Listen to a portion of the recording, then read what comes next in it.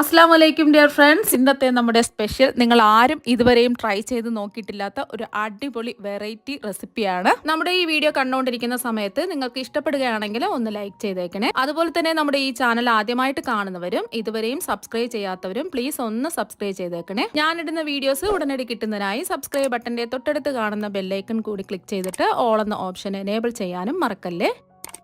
അപ്പൊ ഇന്നത്തെ റെസിപ്പി എന്ന് പറയുന്നത് ഷുഗർ പേഷ്യൻസിനൊക്കെ കഴിക്കാൻ പറ്റിയ ഒരു അമരപ്പയർ വെച്ചിട്ടുള്ള ഒരു റെസിപ്പിയാണ്. അപ്പൊ ഇത് ഷുഗർ പേഷ്യൻസിന് മാത്രമല്ല എല്ലാ അസുഖക്കാർക്കും കഴിക്കാവുന്ന ഒന്നാണ്.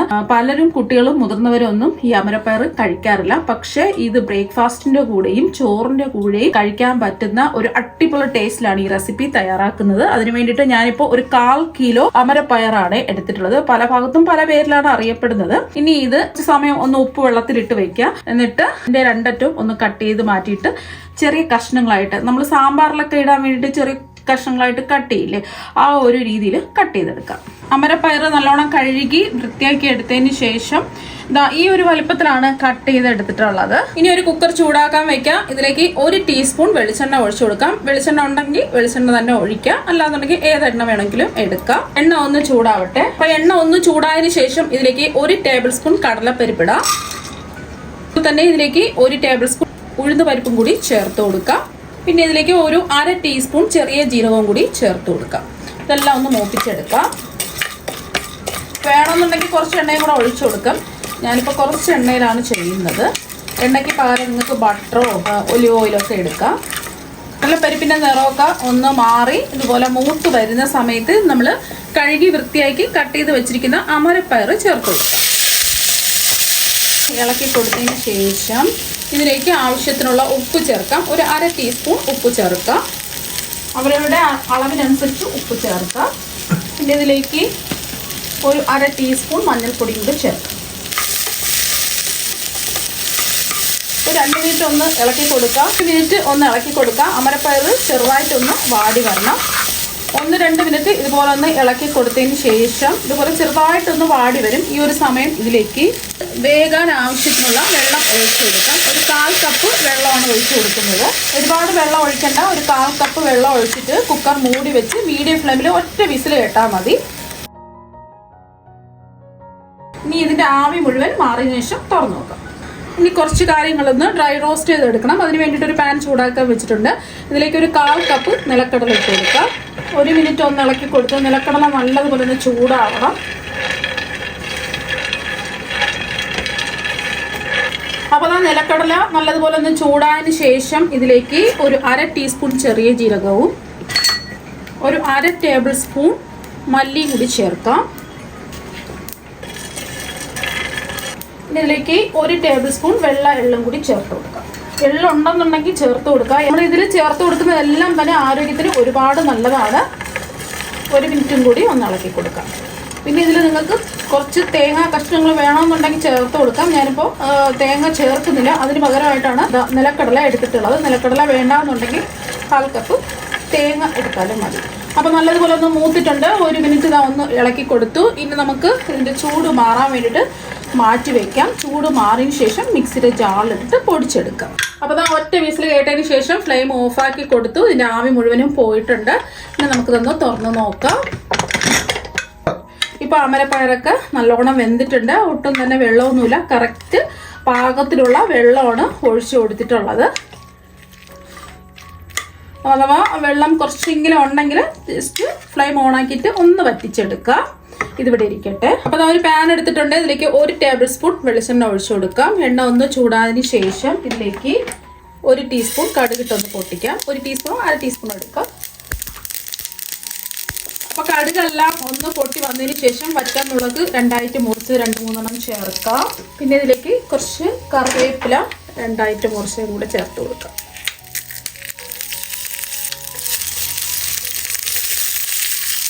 മുളകെല്ലാം ഒന്ന് മൂത്ത് വരുന്ന സമയത്ത് ഇതിലേക്ക് 10 അല്ലി വെളുത്തുള്ളി അല്ലികൾ ഇതുപോലെ കുറച്ച് വലുപ്പത്തിൽ കട്ട് ചെയ്തെടുത്തതാണ്.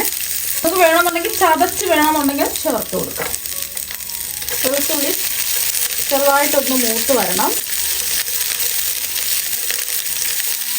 അപ്പോൾ ഒരു 30 സെക്കൻഡ് ഒന്ന് ഇളക്കി കൊടുത്തതിന് ശേഷം ഇതിലേക്ക് 2 സവാള ഈ ഒരു വലിപ്പത്തിൽ കട്ട് ചെയ്തെടുത്തത് ചേർക്കാം. സവാള വഴന്ന് കിട്ടുന്നതിന് ആവശ്യമായിട്ടുള്ള ഉപ്പും കൂടി ചേർത്ത് കൊടുക്കുക.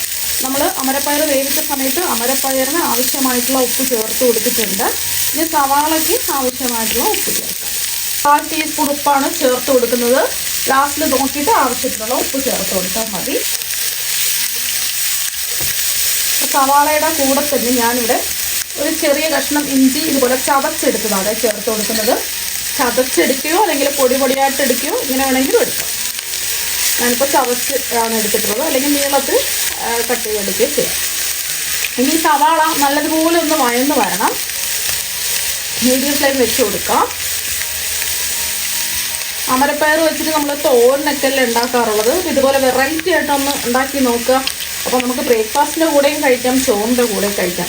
നല്ല അടിപൊളി ടേസ്റ്റാണ്. കുട്ടികൾക്ക് എന്തായാലും ഉറപ്പായിട്ട് ഇഷ്ടമാകും. പിന്നെ സ്കൂളിൽ കൊണ്ടുപോകാൻ വേണ്ടിയിട്ട് ഇത് എന്നും ഉണ്ടാക്കി തരാൻ പറയും. ഇപ്പോൾ സവാളയൊക്കെ ഒന്ന് വഴന്ന് വരട്ടെ.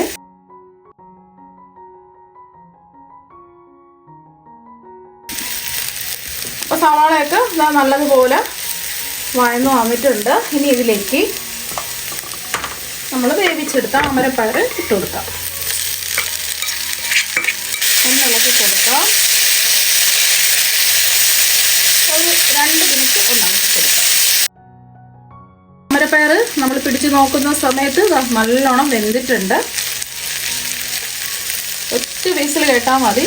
2 വിസിലൊക്കെ ആവണമെന്നുണ്ടെങ്കിൽ നല്ലതുപോലെ വെന്ത് കുഴഞ്ഞു പോകും. ഒരു 2 മിനിറ്റ് ഒന്ന് ഇളക്കി കൊടുത്തതിന് ശേഷം ഇതിലേക്ക് ഒരു 2 ടീസ്പൂൺ കശ്മീരി മുളക് പൊടി ചേർത്ത് കൊടുക്കാം.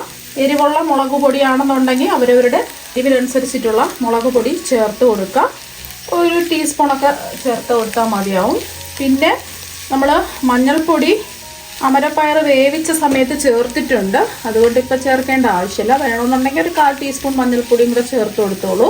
മുളക് പൊടിയുടെ ഒരു പച്ച മണം ഒന്ന് മാറി കിട്ടണം. ഇനി ഇതിലേക്ക് ഒരു 30 സെക്കൻഡ് ഇളകി കൊടുത്ത് മുളക് പൊടിയുടെ പച്ചമണം മാറി കിട്ടിയതിന് ശേഷം നമ്മൾ ചൂട് മാറാൻ വേണ്ടി വെച്ചില്ലേ നിലക്കടലയും അതുപോലെ എള്ളും മല്ലിയൊക്കെ റോസ്റ്റ് ചെയ്തിട്ട് പൊടിച്ചെടുത്തതാണ് ചൂട് മാറിയിട്ട്. അത് ഇതിലേക്ക് അങ്ങ് ചേർത്ത് കൊടുക്കുക. ചേർത്ത് കൊടുത്തതിന് ശേഷം 1-2 മിനിറ്റ് ഒന്ന് ഇളക്കി കൊടുക്കുക. എന്നിട്ട് ഉപ്പൊക്കെ കൊണ്ടൊന്ന് ചെക്ക് ചെയ്ത് നോക്കുക. ആവശ്യമെങ്കിൽ ഉപ്പ് ചേർത്ത് കൊടുക്കുക.